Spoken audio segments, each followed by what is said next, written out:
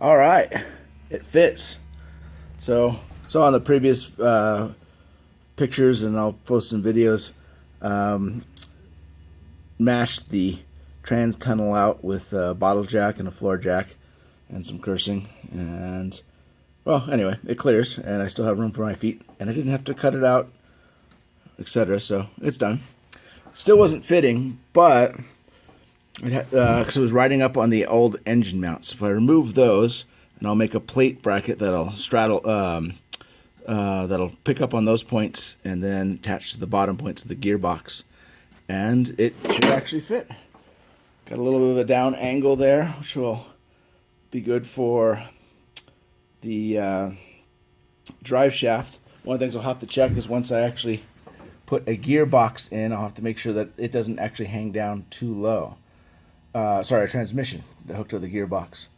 I've got a Lenco reverser that I got from John, but I think I'm going to at least add a 2-speed transmission on that if I can find a CS2. If anyone knows of a Lenco CS2, as big of a ratio as possible, let me know, because I've been on the hunt for those. There's not tons.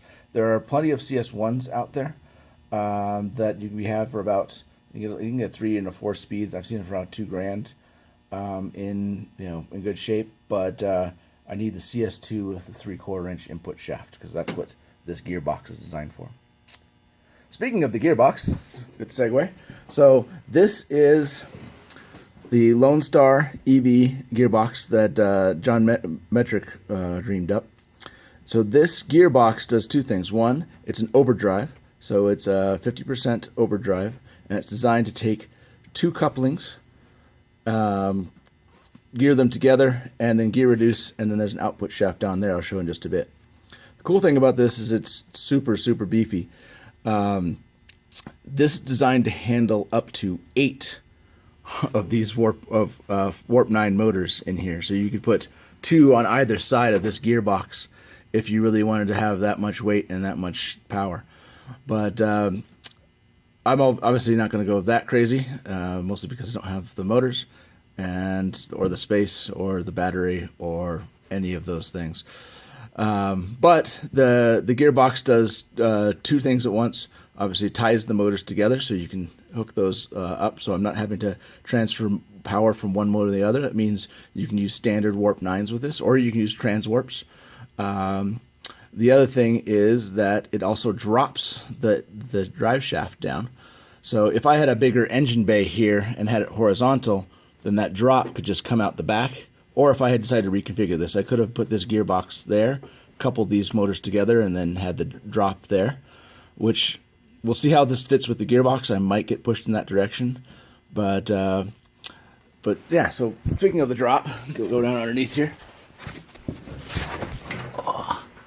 So you can see it's a little lower right now than once I actually have the mount in.